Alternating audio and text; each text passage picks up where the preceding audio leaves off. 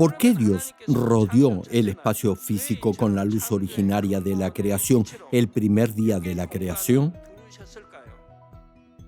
En primer lugar, debía manifestar la obra de la creación en el flujo del tiempo espiritual envolviendo el espacio físico en el espacio espiritual. Lo que podría tomar decenas o cientos de años en términos de tiempo temporal se puede realizar en un solo día en el espacio espiritual. Además, algo se puede crear de la nada por la luz originaria de la creación. El mismo principio se aplica en los milagros de sanidad, huesos fracturados restaurados, nervios muertos que han revivido, tejidos deteriorados que se han recuperado.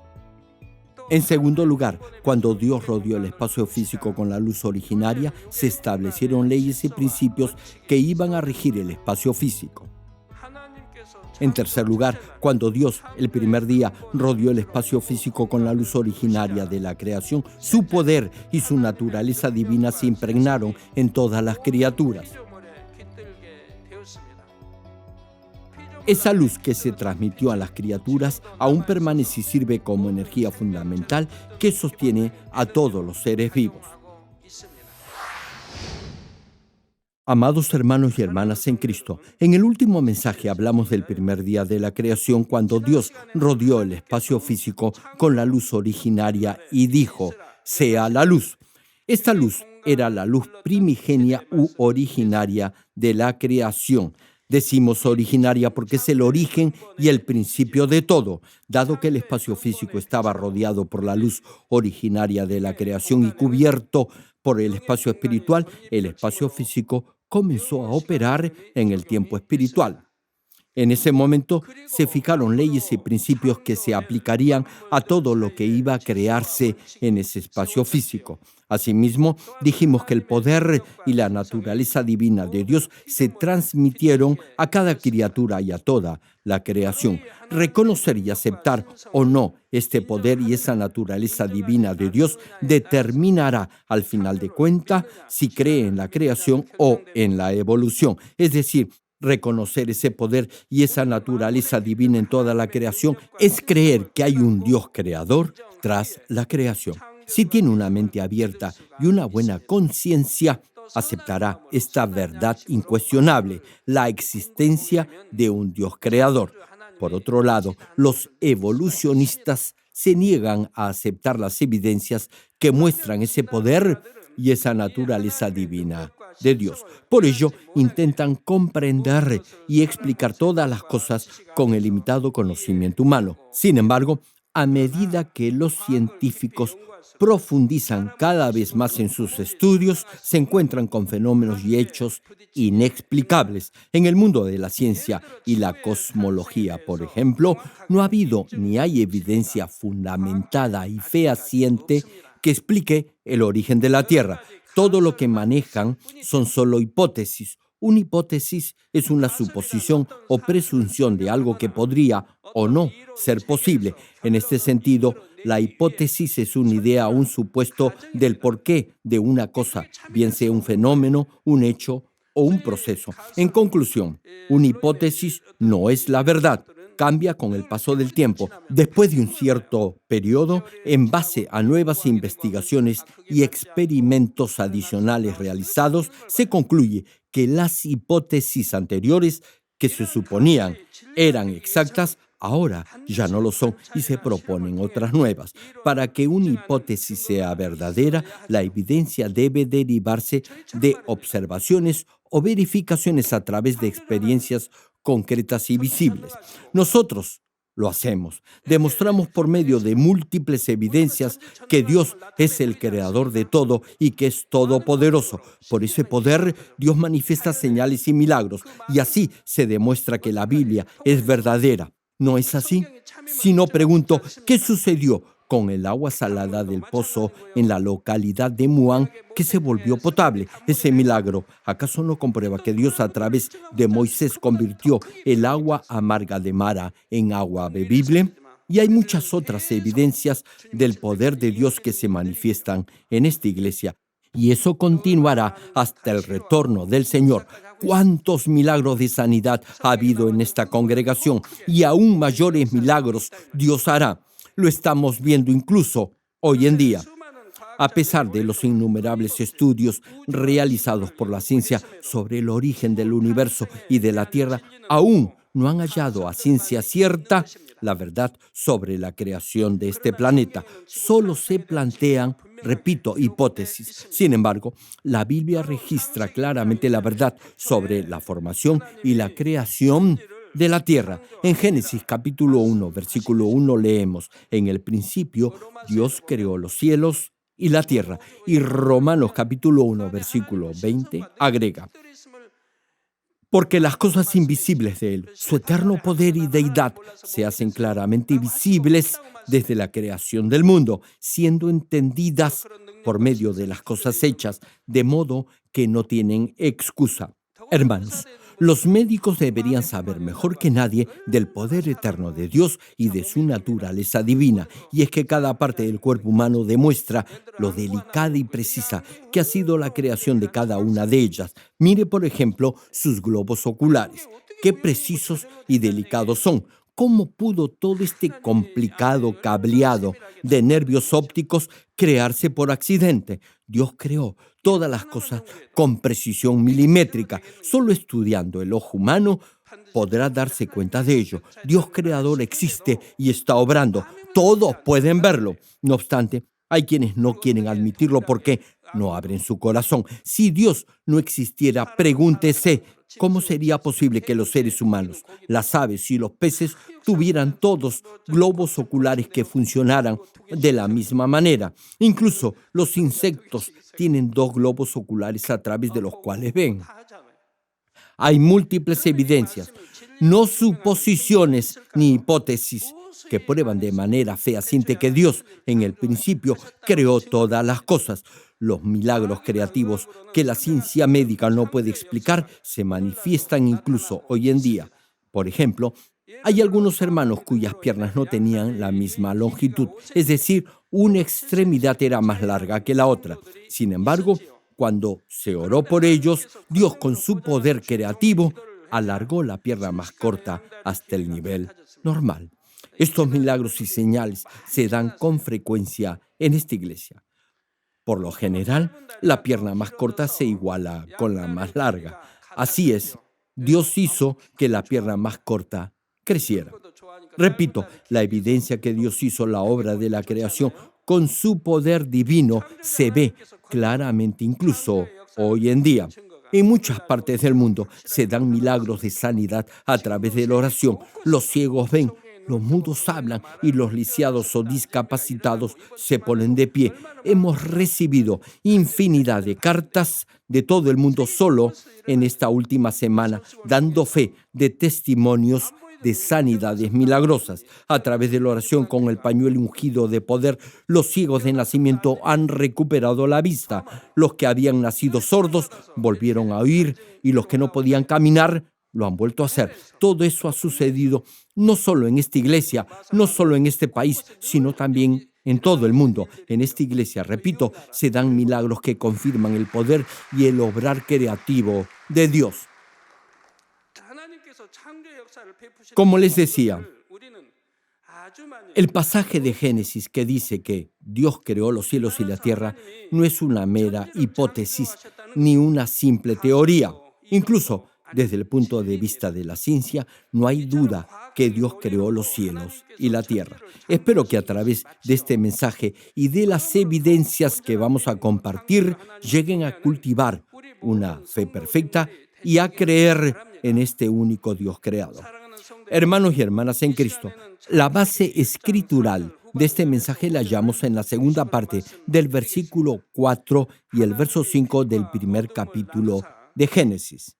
Y dice así: y separó Dios la luz de las tinieblas, y llamó Dios a la luz día, y a las tinieblas llamó noche, y fue la tarde y la mañana un día. Primero, vamos a hablar del significado físico visible o tangible. Ya señalamos que cuando Dios dijo, hágase, o sea, la luz originaria de la creación rodeó la tierra. Dios llamó a este periodo de luz día y al lapso en el que no había luz, sino tinieblas, Dios la llamó noche. Esto fue antes de que Dios creara el sol y la luna. También dijimos que las leyes y principios que iban a regir la tierra se establecieron en el momento en el que Dios dijo, sea la luz. La existencia del día y la noche es una de esas leyes. Incluso desde el primer día en el que no había sol, luna ni estrellas, ya en la tierra hubo una separación entre el día y la noche. En ese momento la tierra aún no rotaba sobre su propio eje.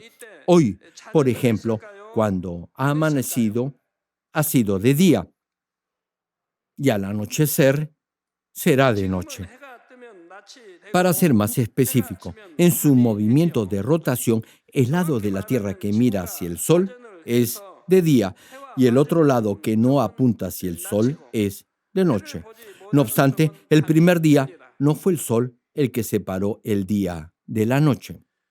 Dependiendo que si Dios rodeaba la tierra de luz o no, era de día o de noche. De ahí que, desde el primer día hasta el tercer día de la creación, no hubo necesidad que la tierra girara sobre su propio eje. Hermanos, la expresión Dios separó la luz de las tinieblas tiene un significado espiritual muy importante. Significa que Dios dividió y separó el dominio de la luz en el que tiene autoridad del dominio de las tinieblas en el que está Lucifer. En esa primera noche o en ese lapso de oscuridad, Dios liberó a Lucifer y a los espíritus malignos bajo el control de Lucifer del abismo. La noche simboliza espiritualmente el mundo que gobiernan los espíritus inicuos.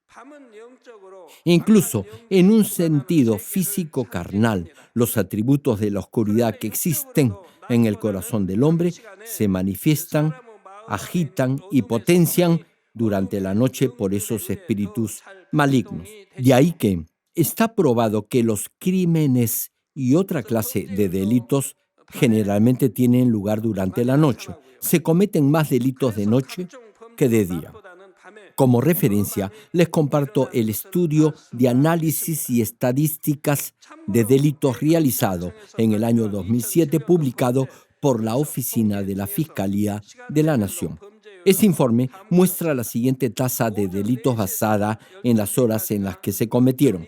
De las 4 de la madrugada hasta las 12 del día, la tasa de criminalidad fue de 9.2%. Desde las 12 del mediodía hasta las 6 de la tarde fue del 21.2% y desde las 6 de la tarde hasta las 4 de la madrugada del día siguiente fue del 47.9%.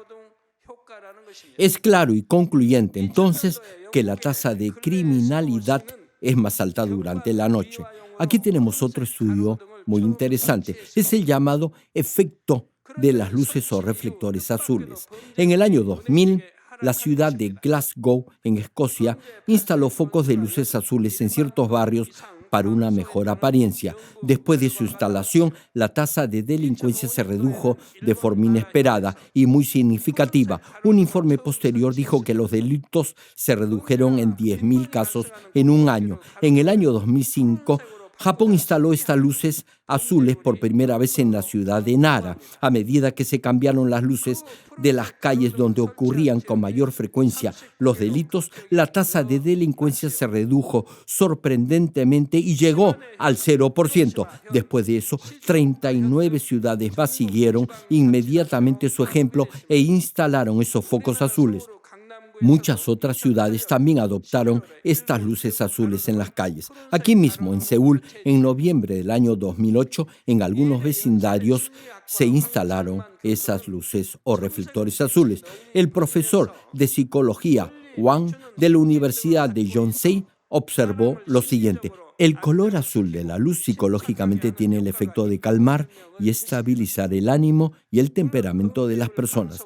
Por supuesto, se requiere de una investigación adicional más profunda para demostrar que la disminución de la tasa de delincuencia es únicamente un subproducto del efecto de la luz azul. Sin embargo, cité esta hipótesis porque parece coincidir con la providencia creadora de Dios que hizo el color del cielo azul.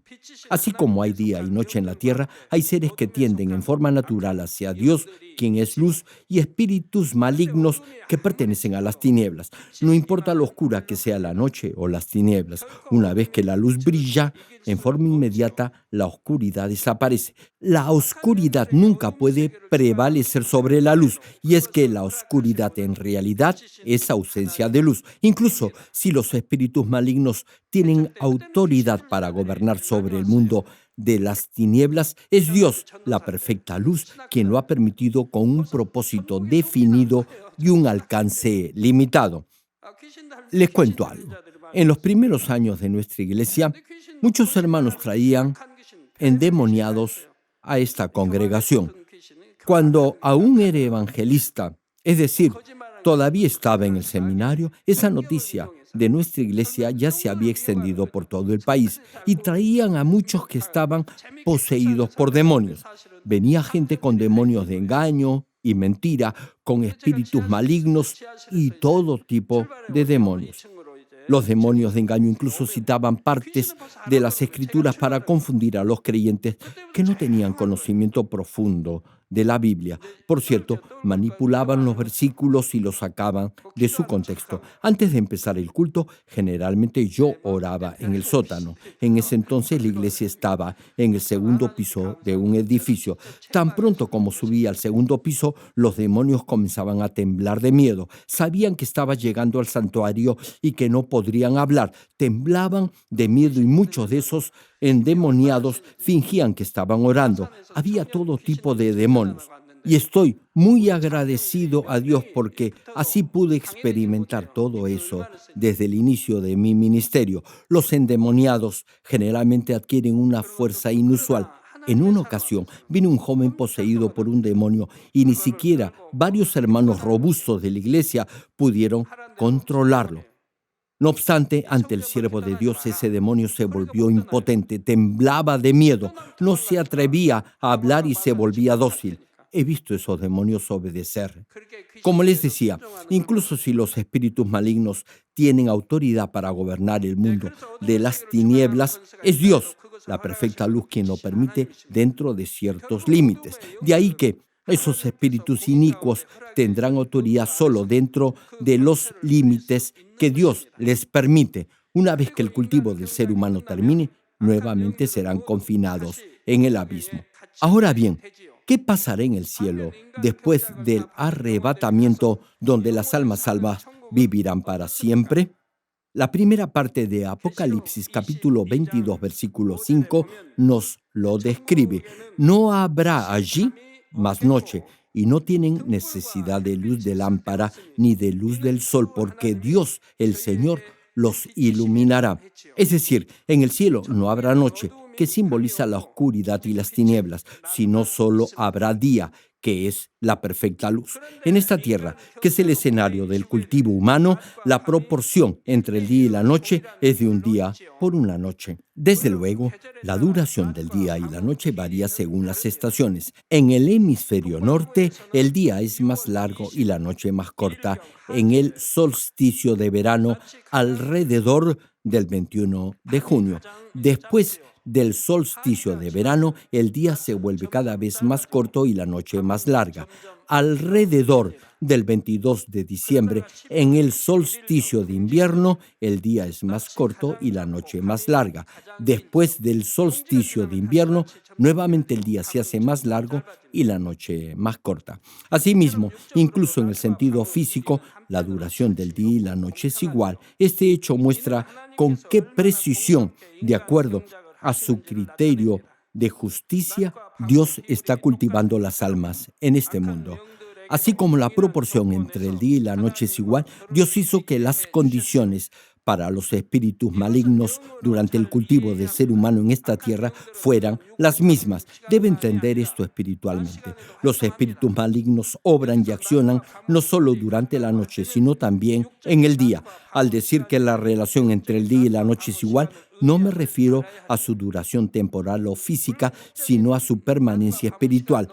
Bueno, la duración de un día y una noche en términos temporales o físicos es la misma si se calcula en horas. Digan amén si me están siguiendo.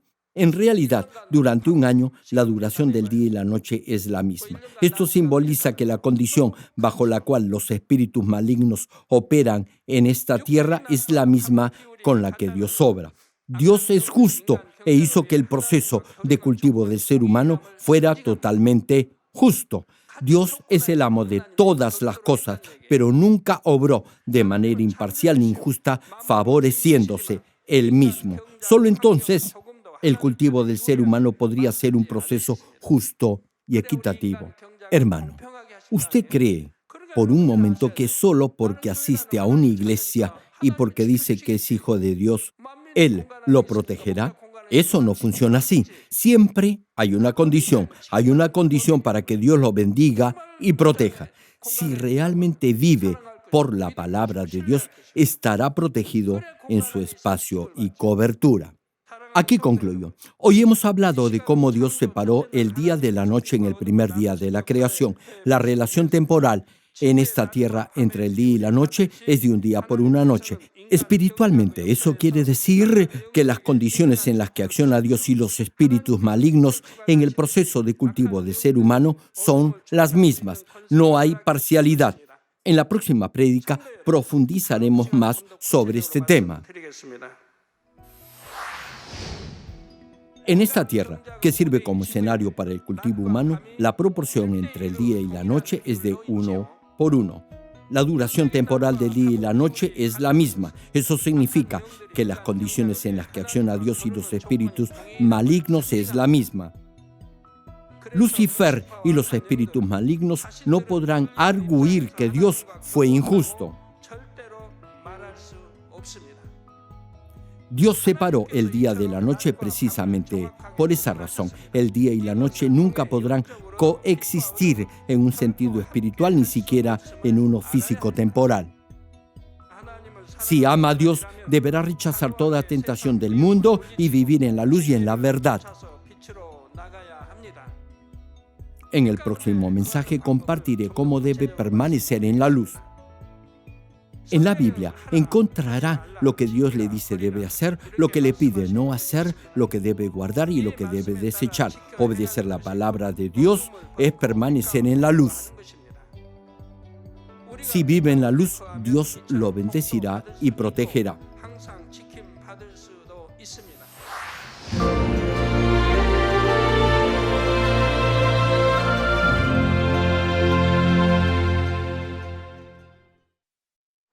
Aleluya, Dios Todopoderoso de amor.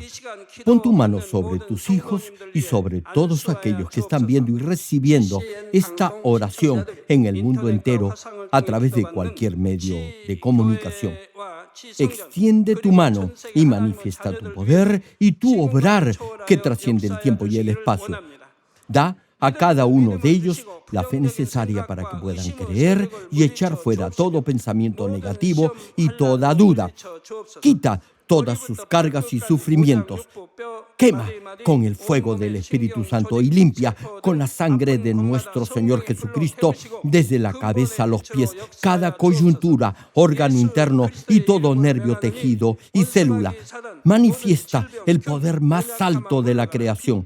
Ordeno en el nombre del Señor Jesucristo al diablo y a Satanás, a toda enfermedad, virus, microbio y bacteria, fuera.